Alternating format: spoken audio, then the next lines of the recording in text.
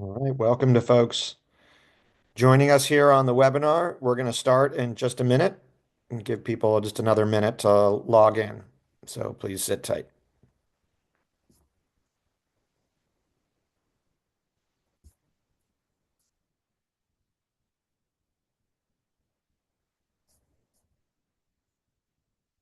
All right, I think we've got a critical mass here.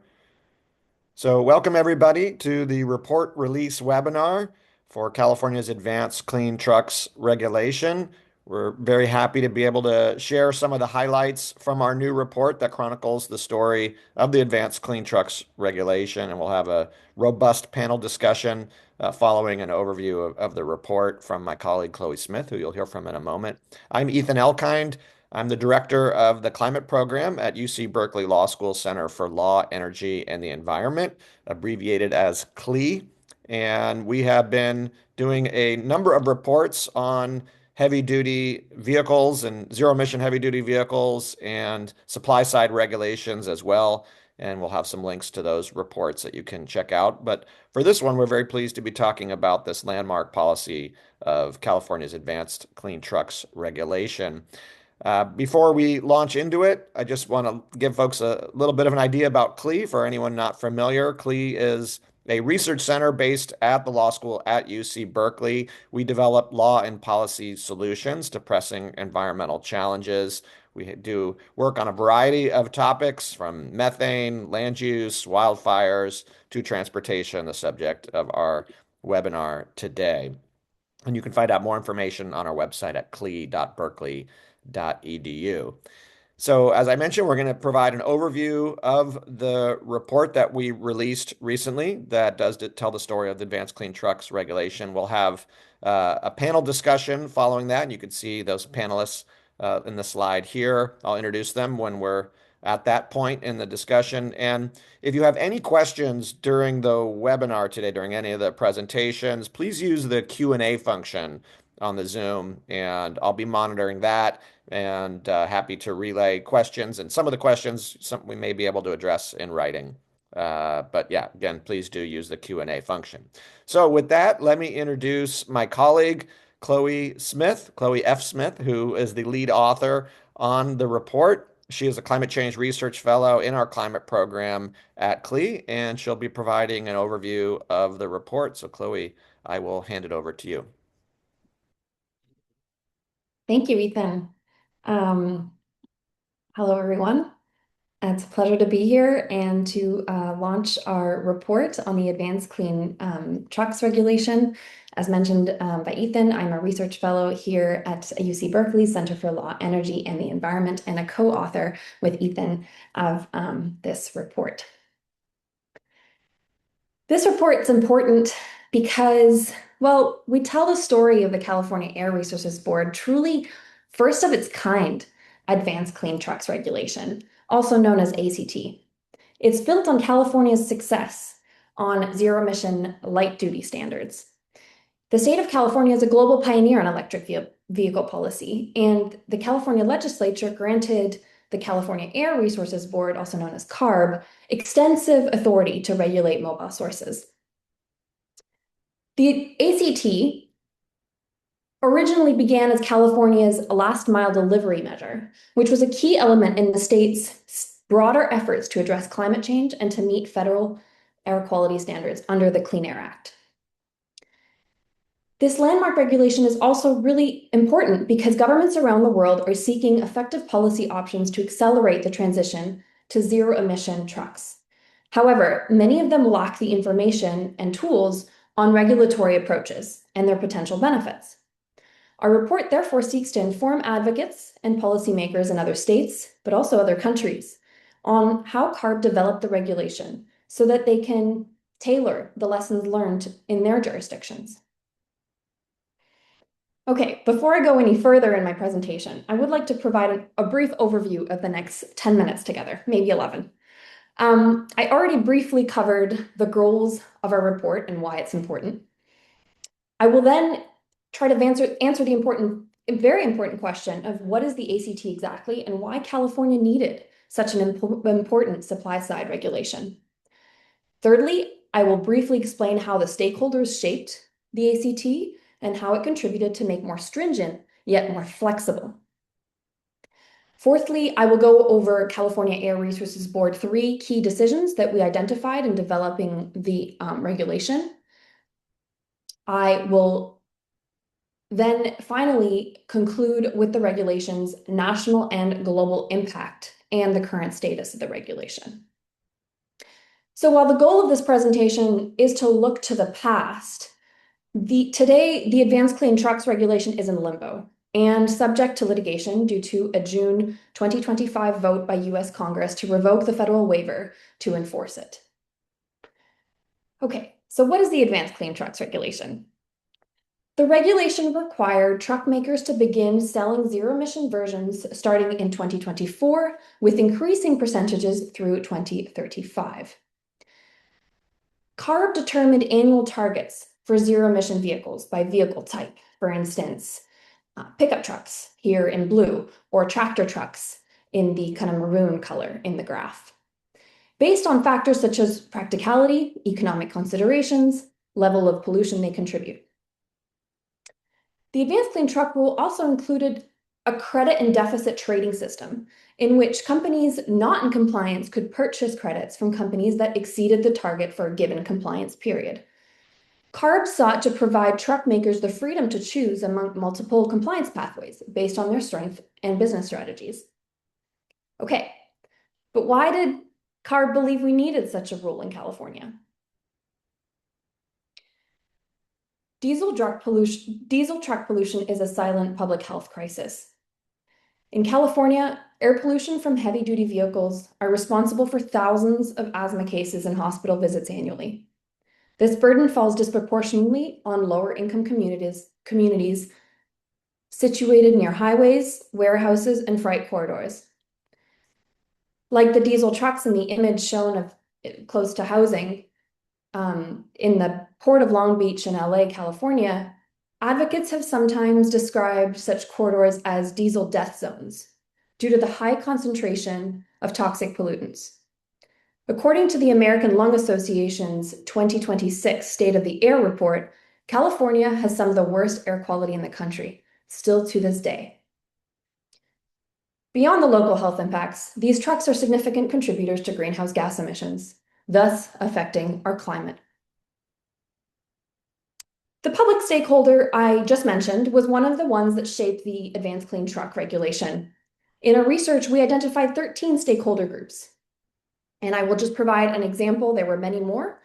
For example, there was a group of progressive organizations that came together with community-based advocates, labor unions, and other environmental nonprofits. They coordinated with media, such as the LA Times editorial board. They showed up in large numbers in Sacramento at the California Air Resources Board.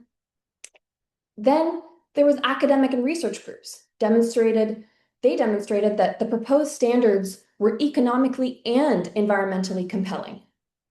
Businesses such as Ben & Jerry's or Patagonia demonstrated that the demand for companies, and also communicated that climate change was an economic risk.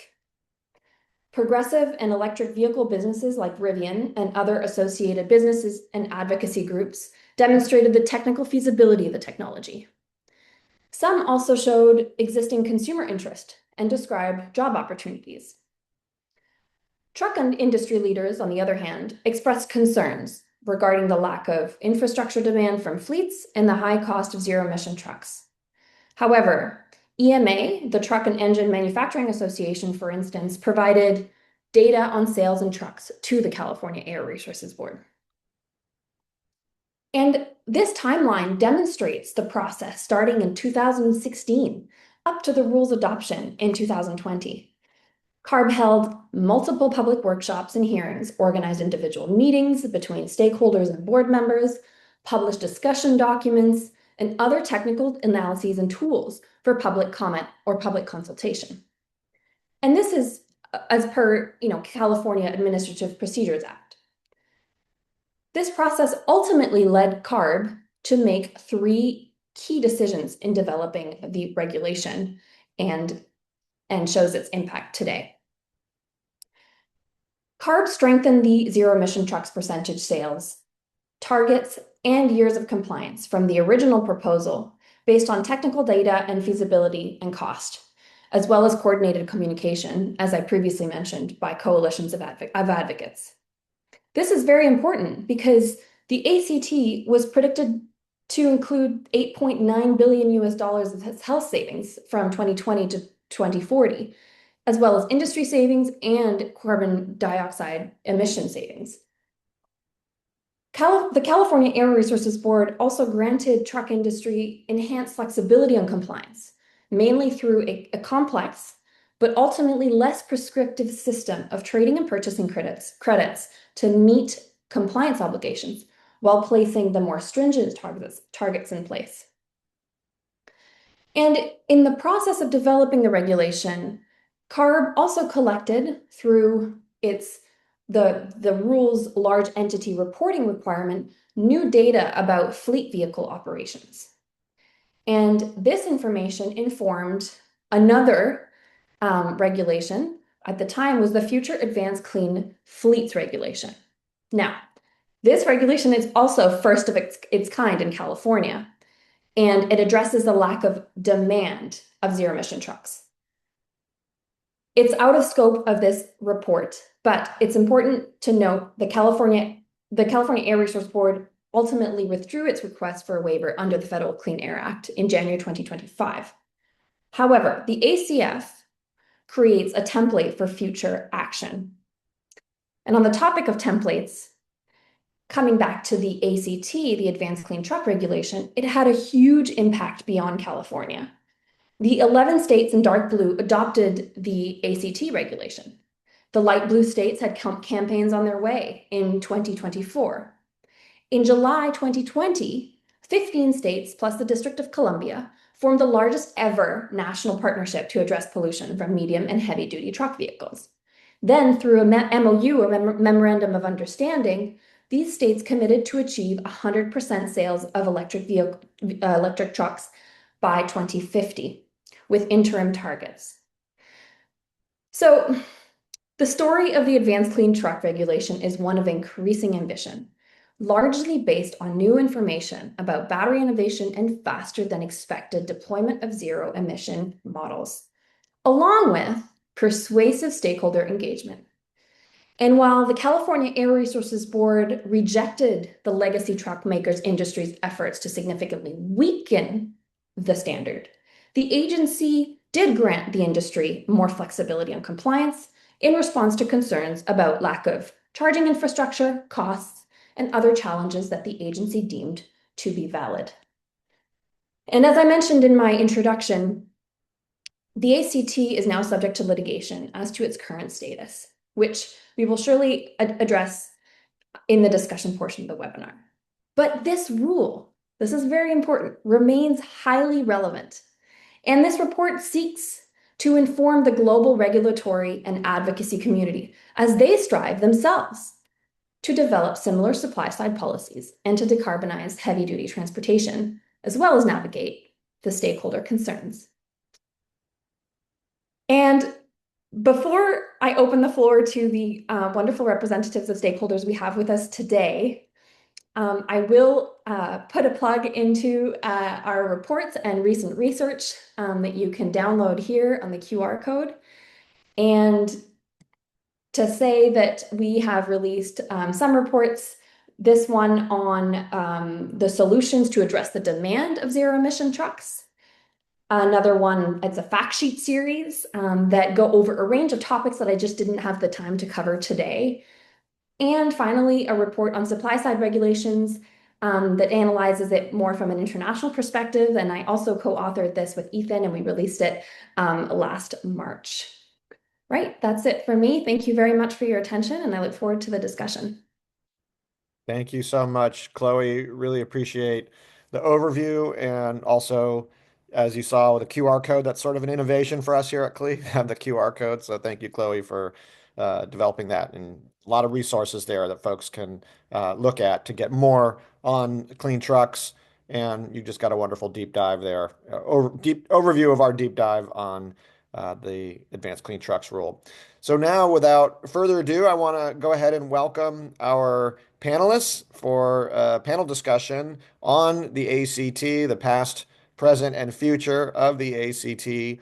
Chloe's going to stay on in case there are questions around some of the history and report findings that we developed around the development of the rule. So I'm going to introduce our three panelists. So first, I want to welcome Katherine Garcia, who is the director of the Clean Transportation for All campaign at Sierra Club, where she's working to reduce climate and air pollution from cars, trucks, and buses, and ensure that communities are walkable, bikeable, and transit accessible. And Katherine is coming to us from Washington, D.C. I also want to welcome Michael Geller, who is Deputy Director of the Manufacturers of Emission Controls Association, or MICA. He is an expert on issues related to air pollution with a specialty in particulate matter from mobile sources. He's worked for federal and regional agencies, previously served as an environmental engineer in the federal government, focused on transportation policy. And last but not least, I want to welcome Jimmy O'Day, who is Assistant Deputy Director for Electrification at Caltrans, or the California Department of Transportation, where he focuses on advancing zero-emission solutions across the department's transportation portfolio. Previously, Jimmy was Deputy Director of Trucks at CalSTART and a Senior Vehicles Analyst at the Union of Concerned Scientists, and shows up repeatedly in our history of the development of the ACT. So I assume you'll probably be wearing more of that hat, Jimmy, than your current hat, although curious to hear how things stand from your current position in state government. So with that, I wanted to just begin. Our format here is just going to be a sort of no formal presentations, just some questions from me and potentially from you, our audience members. And on that point, just a reminder to use the Q&A function if you have questions for the panelists here.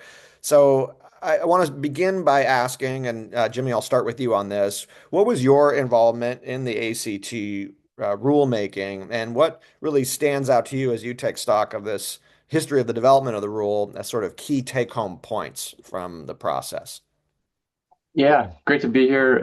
Thanks, Ethan and Chloe, for organizing this and writing the report and putting this history on paper. I think this is really important to document as we move forward and work to still achieve the goals outlined with the ACT and the coalition. So my role, rewinding several years, at the time I was at the Union of Concerned Scientists. I was a senior analyst working part of this big coalition of groups that Chloe shared on the slide with many logos. And this was, just to emphasize how big of a team effort this was across nonprofits, NGOs, community groups, business groups, and really all sectors of the ecosystem that were very aligned pushing CARB to adopt the ACT and to strengthen it. So I played a technical role in this coalition, crunching numbers when the first proposal came out, what the impact of this rule would be in terms of sales and vehicle adoption. And what we found was CARB's original proposal was pretty weak. It would have resulted in just about 8% of trucks on the road being electric by 2035, which we all know we have much more ambitious needs for air quality and climate purposes. And so that helped form the foundation for the coalition's ask that we wanted a much stronger rule. Ultimately, we got CARB to double the rule, which was a huge accomplishment. We think that they needed to go further, and that really led to the movement on the Advanced Clean Fleets rule, which did get the state to go a lot further and was more aligned with climate and air quality goals. Maybe we'll stop there because, there's a lot to say, but it was a very big effort, a very big effort from a lot of groups that got the ACT over the line in California and then to several other states, which is another important chapter of the ACT's history. Yeah, thank you, Jimmy, for that. A lot we can delve into, but I appreciate that kind of overview of your involvement. Mike, I want to turn to you next. Same question for you. What was your involvement during the development of the rule, and what really stands out to you as sort of take-home points from that process? Sure. Thank you. Again, I also will say thanks for having me today, and it's a pleasure to join everyone here on this call and talk about this important issue. Just wanted to note, just in case folks didn't know, that MICA is a trade association, so we represent all the suppliers of clean mobility technologies and that's enabling lower emissions and higher efficiency of engines and vehicles, but that also includes in our portfolio electrification technologies and hydrogen solutions. So there's a lot of overlap in the ACT. And I just want to also start by saying I'm personally invested in reducing emissions related to freight and goods movement. I spent a good deal of my career measuring air quality around the ports of Long Beach and Los Angeles and associated freight facilities. So I know firsthand what the emissions are like around some of these areas and the challenges. But in terms of our involvement, Mika participated in several working groups and the workshops along the path of the ACT rulemaking. Our aim was to share the views of our members, who are basically the ones that are bringing technologies to the vehicles to enable them to get as clean as possible, whether they have an engine or they are an electric vehicle. This could be through hybridization and also hydrogen options. I guess the one of the key takeaways for me in the process is that this was a very challenging effort. I think it was much more complicated, or the complexity of this regulation, because it's more of a systems-based approach than we've seen in the past. We're used to dealing with liquid fuels and things like that, and things like taking sulfur out. And this was much more about making sure that there was electricity available to a number of these end users, which made it a much more systems-based rule than I think have seen in many previous mobile source regulations. This was, I think, not as well understood at the beginning. I think people kind of had an understanding of, this was a big lift, but maybe not the magnitude of the lift. By the end of the regulatory development, I think we had a much better understanding. But because of that, it posed, I think, several challenges in terms of the pace of the process and things we had to build into our discussion through multiple stakeholders. And also, I think it was a challenge for some in the industry to, I think, understand and feel certainty about the pace of the targets without having those discussions about the infrastructure side, which came in, I think, a lot more. And I should note, this was never, at least from our perspective, it wasn't an issue of like the electric vehicle technology itself. A number of our members can make those components, whether it's electric motors or inverters or the battery materials. That was all being developed. There was some question about bringing that at scale at the right price points, and that was mostly coming from, I think, a number of the vehicle OEMs. But we've seen a number of those costs come down over the last several years. So I think that's on the trajectory of most mobile source regulations and technologies. But there was this was the main point, was getting the infrastructure in place, I think, so that the end users had access, so that when they bought these trucks, that they would be able to plug them in, charge them, and use them to get their jobs done. Yeah, thank you, Mike. And I think this infrastructure question does loom large. It is a really important point, which I think we can talk more about, but glad you raised that issue in particular. Katherine, I'll turn to you, last but not least, on this question about your involvement and key takeaways. Thank you, Ethan, and thank you so much for everyone who's joining this webinar. I am so proud of the work that is reflected in Chloe's presentation, the work to not only encourage CARB to get this rule finalized, get this rule to strengthen the rule. And just to take you back, the rule was actually finalized during COVID, during like a virtual hearing in COVID. And so that itself we had to pivot our strategy and really be effective as we were all working remotely. And I'd love to kind of take you through a little bit of the journey, but this rule is such a testament to the strength of the coalition. And as Jimmy pointed out, it's a very broad coalition. So it included environmental groups, health groups, industry, labor, and utilities, and researchers across the board. So one of the first things, but in terms of my role, we were really, Sierra Club was focused on organizing folks, growing the coalition, and really communicating the purpose of this regulation. And we articulated that the rule needed to be strengthened to meet our air quality and climate goals. But we knew that without this rule, the manufacturers were not going to produce enough trucks to help us meet those goals, to help us make sure that there were enough electric trucks in the ports. We had specific goals around ports at the time that we knew we needed manufacturers actually aligned and on target to produce those trucks. And we also had this global MOU that Chloe mentioned, and that itself actually signaled to manufacturers there is demand for this. And this is California is just a start. California was the first of its, finalized the first of its kind rule, but we knew that other states were going to adopt it, and we knew that other countries were going to take this as a blueprint, so that we would have a global momentum towards electric trucks. In terms of the coalition itself, we met very often, sometimes weekly, sometimes bi-weekly. And we had specific coalitions that were working like sub-coalitions. So we had like a communications group, a technical group, an organizing group, a policy group. We had specific tactics throughout the campaign to make sure that our blogs, our op-eds, our comment letters, our action alerts, and our reports were all getting amplified. So that in itself was really creative and a great tactic and a great strategy to help us strengthen the rule and then get it across the finish line.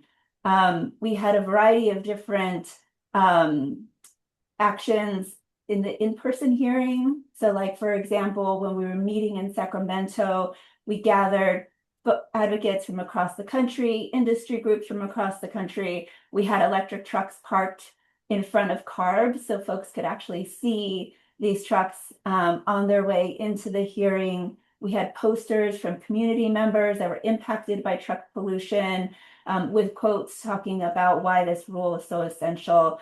And even, in the in-person hearing, we had some advocates testifying in Spanish. And so we had an advocate actually step up and translate so that everyone would hear the testimony, including the CARB commissioners and the advocates themselves. So a variety of different tactics and all of these efforts show the strength of the coalition.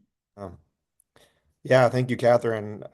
We're an academic institution, not an advocacy organization, but it did really stand out just how effective and how well coordinated this network of organizations were in doing exactly what you just described in terms of all the different tactics to raise awareness and to push for a stronger rule.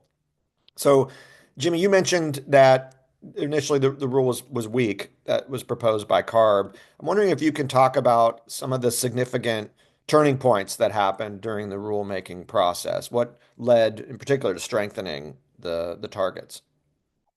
Yeah, a number of things were happening, both on the technology front. There was a lot of developments, companies coming forward with products to help make the case that more sales could be achieved and that the technology was ready, battery range, hydrogen fuel cell technology.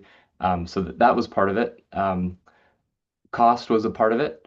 So we had a few important meetings with some key CARB board members that were the most skeptical of the costs and what this would do to impact to fleets.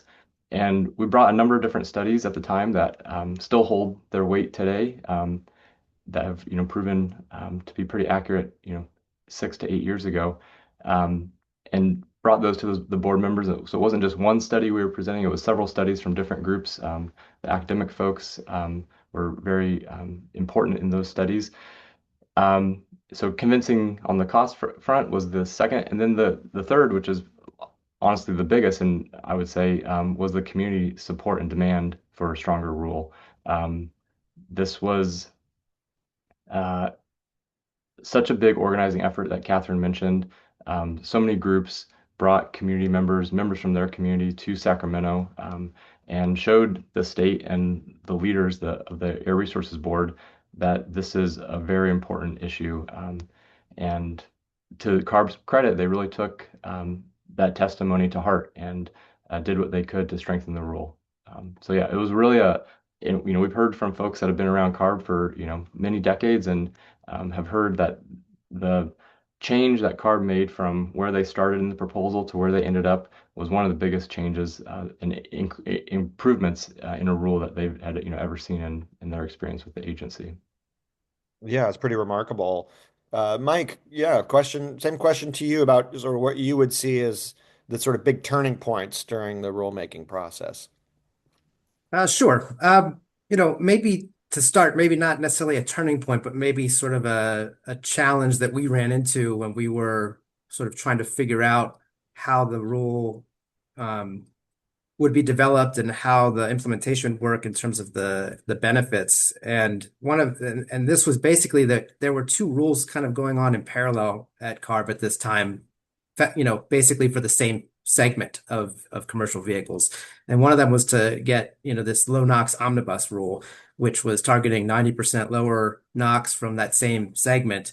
And those standards actually were, doing something that was even brand new, which was to look at the low load operation, which is found at around a lot of these ports and freight facilities when you're really like seeing stop and go and creep. And that was always a challenge for a lot of these engines to reduce their emissions. And it really did a good job of where they found that and finalized it. So we were trying to figure out how this one segment was going to play out when, from an industry perspective, you're seeing a request for investing, which is usually 10 years of work for a lot of these companies, but then also we're going to sunset the technologies that we're trying to ask you to invest in now. So there was some, a little bit of friction, I'd say, with some of the folks in industry on, you're asking us to put money towards reducing these emissions, but you're also saying we're not going to have those on the road for many years into the future. So just a part of business and why there may be some challenges raised. In terms of turning points, I guess I would comment that at least on two that I saw, and one was just that towards the beginning of or maybe the middle part of the rulemaking, the truck and vehicle OEMs were basically saying, we really need this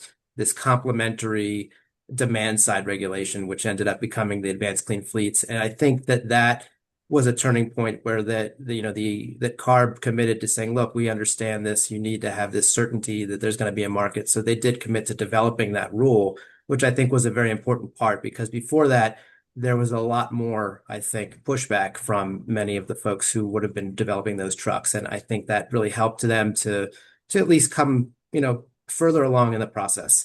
And the other, I think, was, as I mentioned earlier, sort of some of these questions that came up around infrastructure.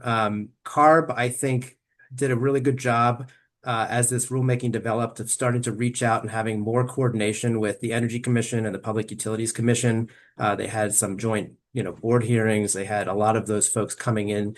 And that was a very necessary part. I think that really started to highlight the issues on, getting the energization of certain, infrastructure and the timing. I think there was additional, sort of policies that were being discussed by the Public Utility Commission to help to make this a faster process, which I think is still being developed. But I think that highlight was very important for this and is something that needs to be taken forward. The regulation probably would have benefited from additional interagency coordination up front. But when you're a pioneer, you learn as you're moving forward. So Yeah. Well, thank you, Mike. Well, Catherine, I'm going to hand that over to you as well. So key turning points. Thank you. Yeah, there was a particular hearing that took place where we thought, okay, we're either going to walk out with a rule that is weaker than we hope, or we're going to actually turn the board members around. And I think this is a particular MOU where we actually had representatives from other states testifying, and it is notable because they actually were the first ones to testify actually remotely over audio.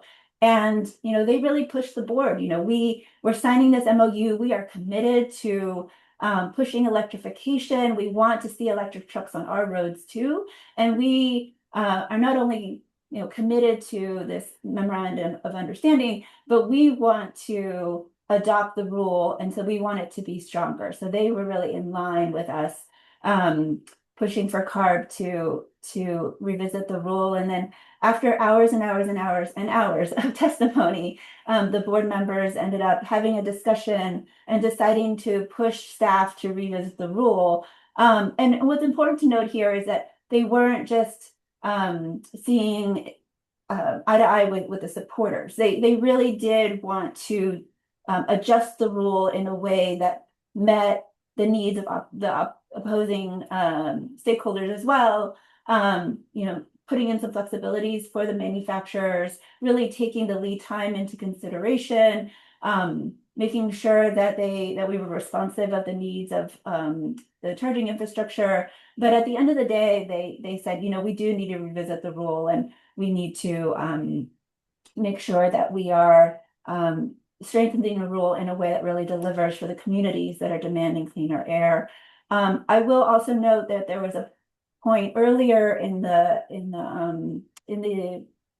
campaign and stage of the rulemaking where CARB did not actually have Class 2B and 3 in the same timeline. They kind of knew that those electric trucks might come later. And so they did, we requested that they have the Class 2B electrification stage start earlier, and they delivered that as well. So there were a number of pivot points, but I think it's just a real testament to all of the coordination that we had, and also the fact that board members were so open-minded to strengthening the rule and actually extending the rulemaking in a way that could really help create a more effective rule. So all three of you have talked about, different sort of landmark, novel aspects to this rulemaking process. I'm wondering, as you kind of take a step back here, what are some of the key lessons that you think we can draw from the ACT? Maybe thinking about it from both the public sector side, from the advocacy side, and from industry side. And maybe to shake it up a little bit, Mike, I'll turn to you first on this question about kind of key lessons that we can draw from the ACT. Sure. Well, I think I already mentioned sort of that sort of the pioneering piece in my last answer, but obviously, when you're blazing that trail, you're definitely at a higher risk of running into the challenges. You haven't been able to see them before. No one else has really been doing this. I mean, CARB did have at least the benefit of understanding how, they had developed a supply side regulation with respect to light duty vehicles. I mean, that is also could be, both a blessing and a curse, because the commercial vehicle segment does have much different types of challenges. So it's not just as simply, you put the numbers out there and everything's going to fall into place, which I think we've seen some challenges that have come up, which I mean, that's the way it is. Like, you always will figure that out. And they had that challenge, I think they've seen in the past. They had sort of the advanced clean cars rules or the ZEV mandates in the past that started in like even the late 90s, and they had adjusted those over time as the market played out, which I think, gave us a chance to understand sort of how the market develops in the light duty. But that being said, I think when it comes to the commercial vehicle segment, ACT was definitely, as I said before, it's sort of this confluence of the markets, which we're trying to help shape and get the technology penetration into the market. So electric vehicles, low emission vehicles, hydrogen vehicles into the marketplace, but then also that infrastructure that was in a way that had not been seen to this degree. And I think for that reason, I think at least one of the things that I've taken away or learned is, and hope that others are understanding, is that regulations that include, battery electric vehicles or battery electric trucks as a solution for commercial sectors, for them to be successful, I think this infrastructure piece for commercial truck electrification, needs to be considered in parallel to that implementation target. Like, it needs to be right there front and center as you're looking at targets, because if you don't have that in the mix, it really is setting yourself up for potential slowdown on your implementation. In addition, I think it can be worth up front, I think, because we saw this at the end, considering building in that additional flexibility. From a regulatory stability standpoint in the industry, when you design the regulation up front with the things that you are going to provide, it's a lot easier for us to to understand that rather than to pivot after the fact. Like when you write the rule and then you relax the targets or you change the path. That's more of an investment risk for many folks, because that's a challenge for at least my members. So building in that flexibility up front could have been helpful. I mean, we had talked with CARB a number of times with potential areas that could have been. I mean, that could have been anything from setting emission targets rather than sort of this sort of a technology mandate path, which has been done in many of the previous rules. It could be keeping the sort of the mandate concept, but allowing additional propulsion technologies to be counted towards that for partial compliance, like they do with the plug-in hybrids now as NZEVs in this rule. There could be additional concepts in that way. And it could also look at how does a fleet, who's waiting for an electric vehicle solution, do something to help reduce the environmental footprint of their fleet in the interim if they can't get delivery of that vehicle? Is there another low emission option that they should consider as an interim step? So there's just different things I think upfront are worth looking into to try and keep advancing the emissions reduction targets that we all want to see and not get stalled along the way. Yeah, Mike, thank you for that. Catherine, wanted to turn to you in terms of lessons learned and, particularly from the advocacy side. I'm curious if there's something that you draw from that for future campaigns on similar topics. Yeah, of course. And so one of the things we're grappling right now is that we are looking at ways of accelerating the adoption of electric trucks without standards. And there's a variety of different policy measures that are not supply side regulations or incentives that can help make it easier for a fleet to access electric trucks. But so there are technically other ways, but we just and reflecting on reading the report and reflecting on this conversation, we see standards as the best tool for making sure that companies and communities get the benefits from electric trucks and this new technology. So the standard, having the rulemaking strengthen the standards and having the implementation process has provided certainty for the manufacturers themselves, for utilities, for fleets, and for communities to make sure that we're seeing the benefits. And so in terms of manufacturers, they know that there is demand there for their trucks. The fleets know that they can meet their targets, and if they install infrastructure, there will be more electric trucks on the way as they start to transition their fleet. And then, of course, utilities. Sierra Club is actually an organization that intervenes at different utilities and PUCs. And one of our asks is to encourage them to invest in more heavy-duty charging infrastructure. And with the ACT, we were able to point to the different jurisdictions to say, we are going to see a transition and you need to make sure that the charging infrastructure is in place to support the rollout of electric trucks. And then also earlier in the conversation during Chloe's presentation, we heard that 11 additional states did adopt the ACT, and then more states were ready to adopt as well. And that momentum actually helped us justify to have a strong rule at the federal level as well. And so all of these are critical pieces. But one last thing I'll note is that, this is a new technology, and Michael noted that, while this built on the ACC, the Advanced Clean Cars, trucks are so different, so when you're talking about freight, you're talking about truck drivers that are driving, 8 to 10 hours a day. They need a fast charge. They're not going to just be sitting at the charger. They need to turn around charging sometimes, or you need to be really thoughtful on how quickly the truck is going back to home base to charge. So it was really important that as we're speaking to folks that were trying out electric trucks and introducing trucks into their fleet, that we had the testimonials of drivers that are saying, yes, the ride is so much smoother, it's so much quieter, this is a better experience, it's less taxing on my body after a full day driving an electric truck. And so, while this is new technology, it was really important to have those.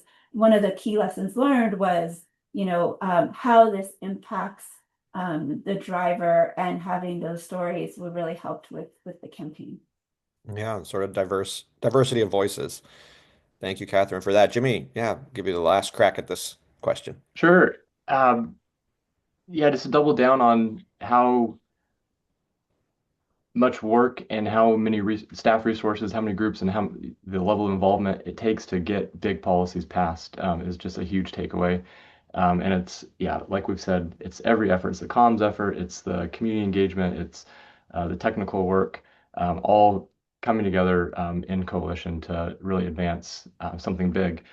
Another takeaway lesson learned looking in hindsight is really how achievable this rule has been. A lot of us, thought that, 8 years ago, 6 years ago when it was adopted, that this would be, something the industry could achieve. And we've seen that play out in CARB's numbers, where we're across all sectors, class 2B all the way through 8, especially with the Tesla semi sales showing just such strong interest in the tractor sector.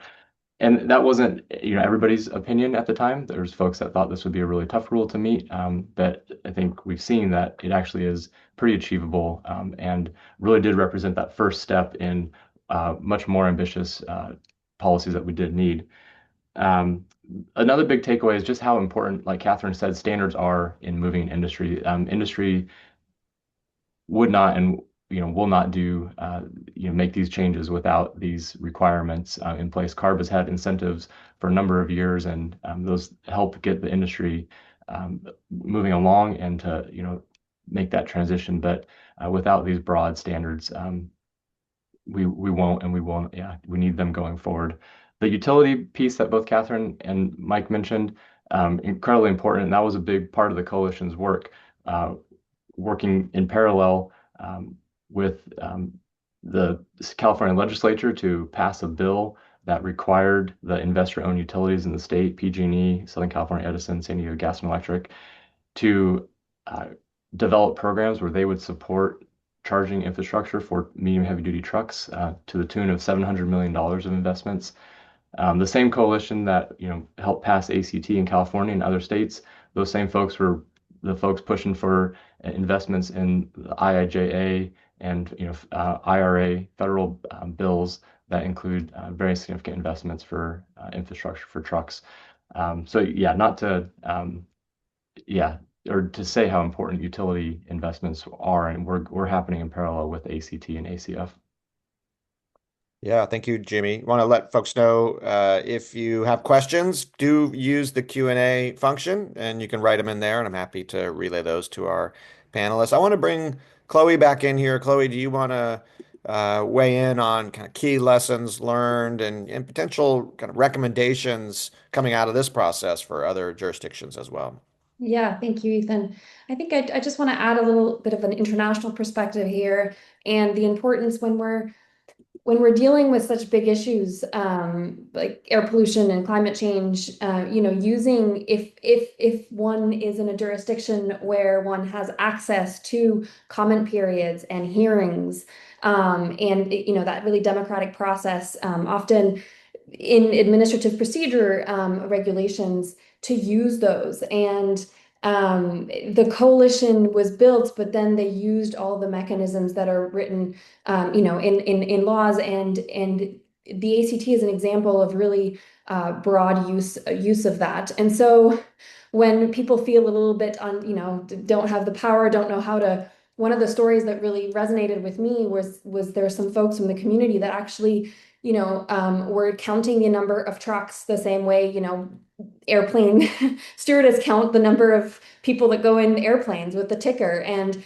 just counting the number of trucks that were going in front, that were passing through their house. And so really kind of getting that engagement from the community, but then utilizing the tools that don't only exist in California, exist in other jurisdictions in the US, but in other countries as well. And maybe they're a little bit different, maybe there are deadlines. And so working with other groups, because the industry ultimately, and this has been said, will have more means will have higher stakes in these discussions with agencies. And so trying to get some of that momentum is very important for some of these landmark regulations.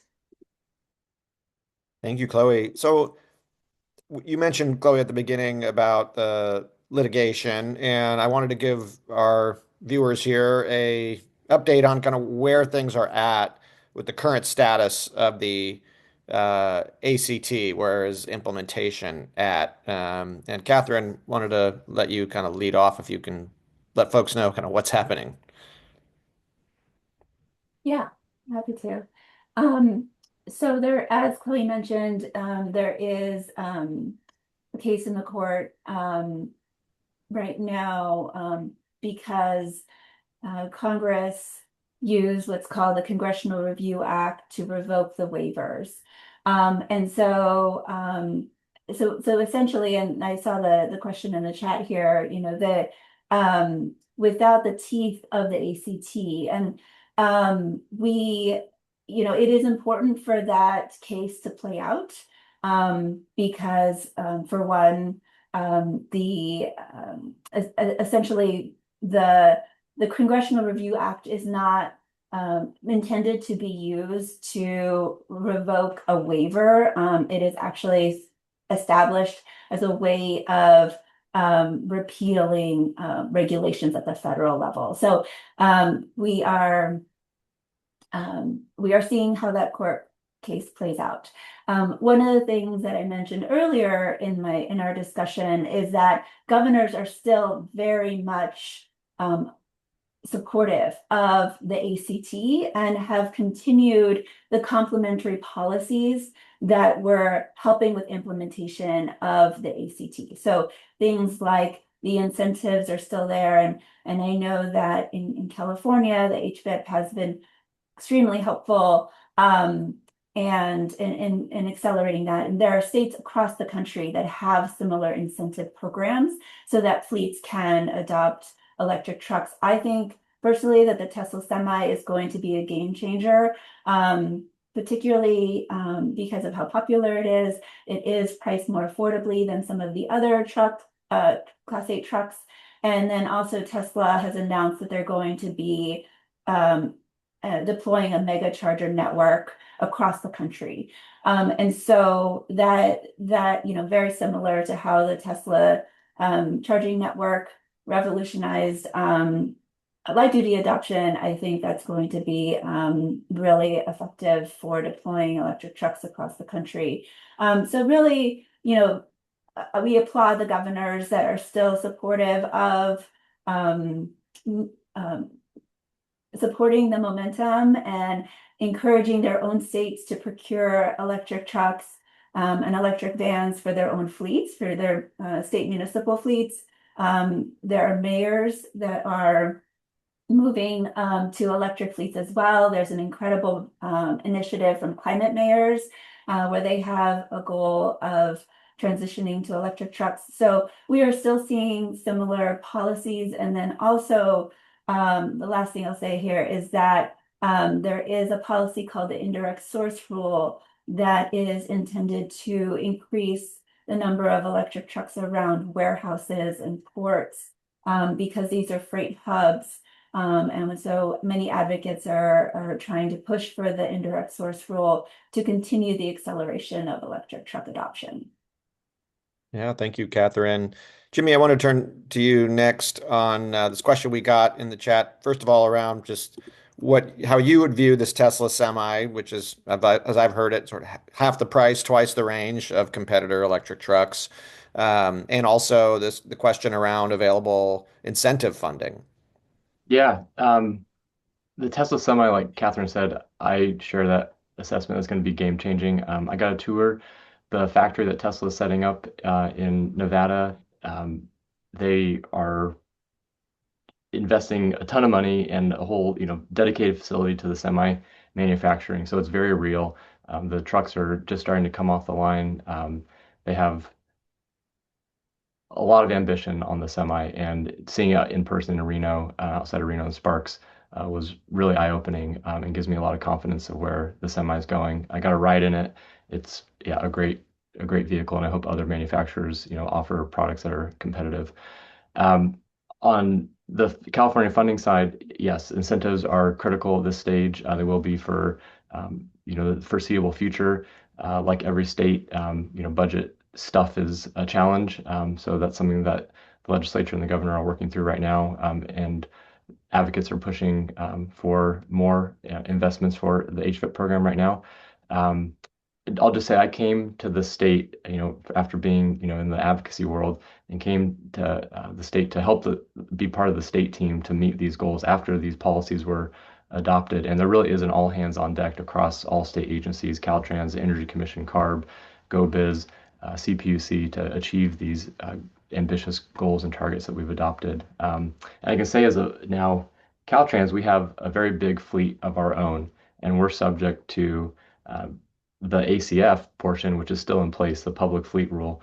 And one of the biggest challenges we have as a large fleet procuring vehicles is their availability. We would buy more electric vehicles in our heavier weight classes if more models and more vehicles were available. So the ACT is a policy designed just to meet that need, to make sure that vehicles are available. There's a lot of fleets like us out there that would buy more if more options were available. Thank you, Jimmy. We're just coming up the last few minutes here. Mike, this might be the last word, depending on how much time you want to take on this, but curious to hear your thoughts about kind of where the future of zero emission trucking is going to go now.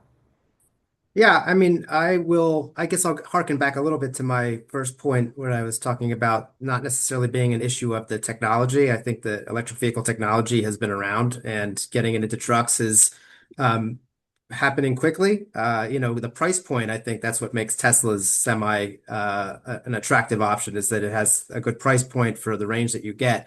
But I will just remind folks that one of the big issues still remains getting that infrastructure. Like, that charging network's not going to happen overnight. And, fleet or jurisdictions outside of California really need to keep their eye on this ball. Like, you have to get with your utility folks early and start to get these things sited. You have to work with the fleets. I think learning about getting those lessons that California kind of laid bare for everybody, like get the infrastructure in place while things are developing, while the market continues to develop. Also, look at places or like groups like the North American Council for Freight Efficiency, NACFE. They're doing this Run on Less program. There are some vocations that make a lot of sense to go electric right away. Like, you can do a total cost of ownership analysis, go ahead and help target some of those fleet end users and say, look, this makes sense for you. For some of the ones that are slower, look at other options for the meantime, while that infrastructure builds out, and while, you get the fleets interested and start to use these technologies, because that's a big part of it. And I think the future is bright for all of these technologies, whether it's things that still have engines, which I know some folks are not loving, but those are becoming cleaner and cleaner. I think, at least from the things that the technologies that my members create and make, and they also are making the components on these electrified, vehicles as well. I think we're in a really good place, and I'm just leaving today from the, ACT Expo out here in Las Vegas, where a lot of these technologies are on display. So I think we have a lot to be optimistic about. All right. Well, thank you, Mike. We're just about out of time. So I just want to thank all of our panelists, Katherine Garcia at Sierra Club, Jimmy O'Day at Caltrans, and Mike Geller at Mika. Thank you so much. And as well, Chloe Ferguson Smith for presenting on the report. The link to the report is in the chat there. Hope everyone gets a chance to check it out. And I know we got a few more questions we weren't able to address. We'll try to perhaps address those offline. But thank you all for joining us today, and we'll see what happens next with the progress on clean trucks in California and beyond. Thank you all very much. Thank you. Thanks, everyone.